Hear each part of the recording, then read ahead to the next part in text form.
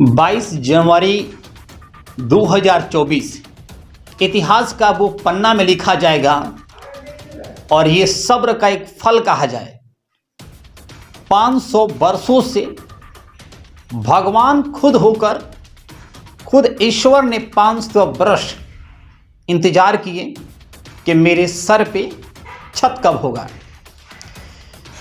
500 वर्षों के बाद राम काज वापस भगवान श्री राम जी का प्राण प्रतिष्ठा 22 जनवरी 2024 को अयोध्या में होने जा रहा है।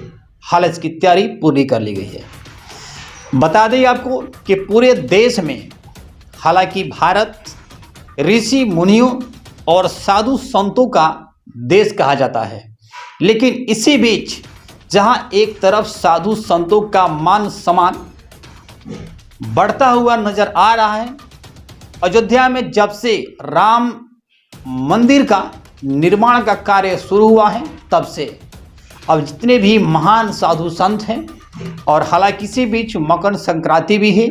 मकर संक्रांति को लेकर देश के साधु हर जगह कहीं कुंभ कहीं गंगा सागर नहाने के लिए जरूर जाते हैं। लेकिन इसी बीच ऐसा चौंकाने वाला खबर आपके सामने दिखाएंगे जिसे जानकर आप भी हैरान हो जाएंगे। हिंदू राष्ट्र घोषित होने जा रहा है हिंदुस्तान, फिर भी पश्चिम बंगाल से बहुत बड़ी खबर निकल के आ रही है कि उत्तर प्रदेश के 3 साधुओं को बंगाल में यानी ममता बनर्जी के प्रदेश में पीटा गया है। आखिर उन 3 साधुओं का गलती क्या है जिन्हें पश्चिम बंगाल के जनता ने धर दबोच कर पीटा और साधु रो रो कर अपनी जान की दुहाई मांग रहे थे, लेकिन ममता बनर्जी के प्रदेश में उन 3 साधुओं पर किसी को रहम नहीं आया। आखिर साधुओं का कमी क्या है, क्यों साधुओं को पीटा गया?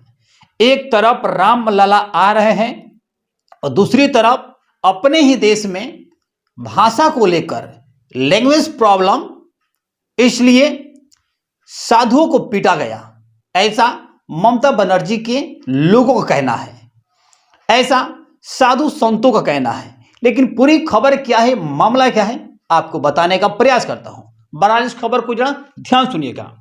बंगाल में यूपी के साधुओं की पिटाई की गई है। हालांकि 12 लोगों पर अभी तक FIR दर्ज हो चुका है। एक तरफ उत्तर प्रदेश में रामलला की आने की तैयारी की जा रही है और दूसरी तरफ उत्तर प्रदेश के ही साधुओं को ममता बनर्जी के प्रदेश में यानी पश्चिम बंगाल में 3 साधुओं को जमकर पीटा जाता है। उनका एक भाड़े का गाड़ी भी है, उस गाड़ी को जानबूझकर पलटा जाता है। पलटने के बाद जब साधु अपने जान की दुहाई मांग रहे थे तो वहां की जो आम जनता है उन्हें दया नहीं आया। संतों पे, साधुओं पे इतना अत्याचार करना, ये कहां की दुहाई है, ये कहां का सिस्टम है? ममता बनर्जी के इलाके में साधुओं को एक तरफ से कहा जाता है कि वो हिंदू को देखना नहीं चाहती हैं। इस बात का आप भी जिक्र कर सकते हैं और बता सकते हैं कितनी सच्चाई है। हालांकि पूरी घटना बताएंगे आपको। बोला जा रहा है कि जो साधु है अगवा करने का आरोप था उन पर।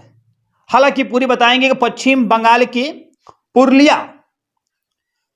पुरुलिया में 3 साधुओं को पिटाई की गई है। मामला सामने आया, यानी पिटाई की मामला सामने आ चुका है।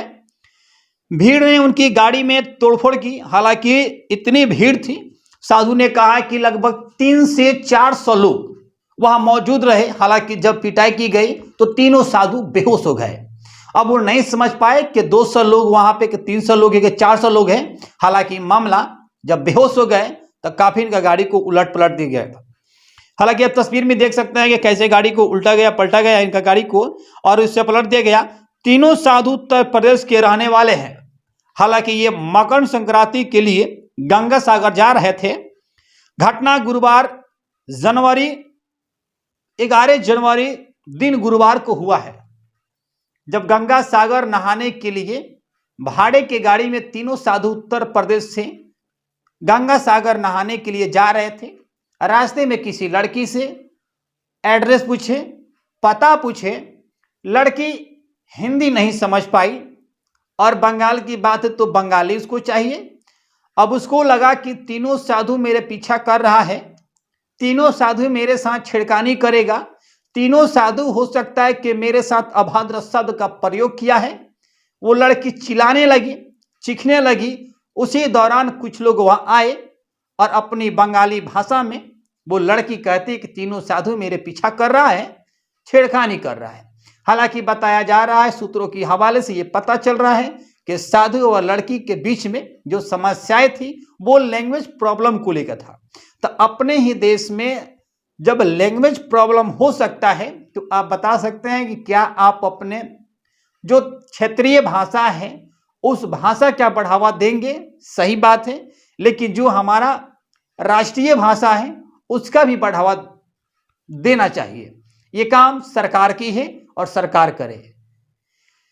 उत्तर प्रदेश के तीनों साधु हिंदी शब्द में पूछे थे और लड़की बंगाली में उटपटांग समझ ली थी और उसको जमकर तीनों साधुओं को कुटाई करवा दी। इतनी कुटाई करने के बाद साधु ने कहा एसपी साहब से कि अब मैं गंगा सागर नहाने नहीं जाएंगे, हम लोग अब वापस घर उत्तर प्रदेश लौट जाएंगे।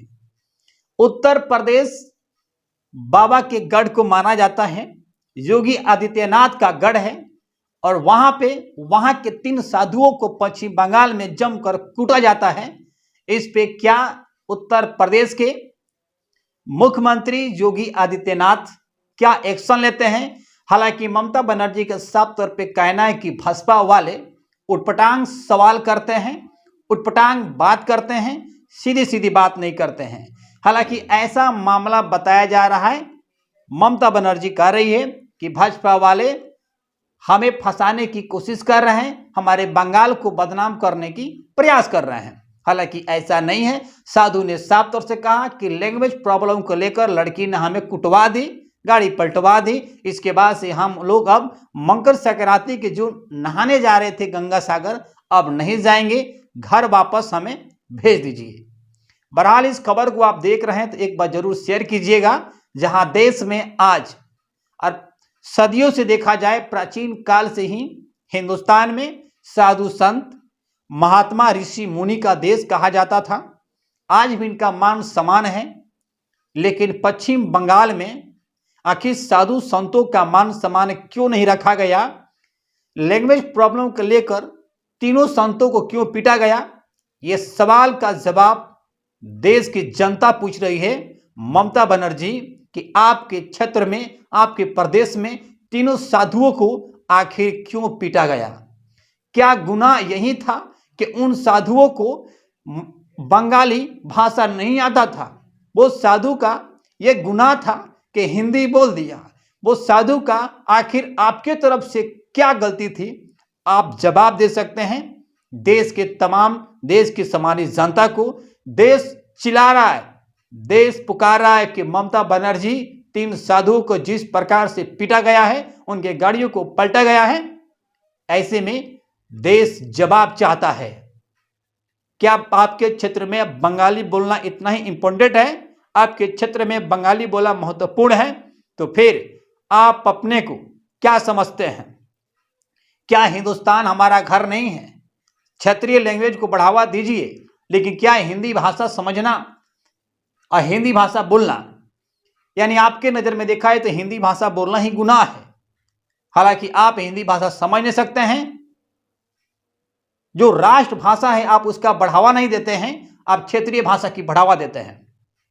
ऐसे में आप देख रहे हैं और आप सच्चे हिंदुस्तानी हैं, साधु संतों का सपोर्ट करते हैं, तो ऐसे में रामलला आ रहे हैं। साधु संतों के साथ अत्याचार बर्दाश्त नहीं किया जाएगा। ममता बनर्जी, देश जवाब मांगेगा आपसे और जवाब आपको देना ही होगा हर हाल में। बहरहाल इस खबर को देख रहे हैं तो एक बार जरूर शेयर कीजिए। आप देख रहे हैं RN News 24 के साथ मैं हूं रिपोर्टर RB राज, सिवान, बिहार।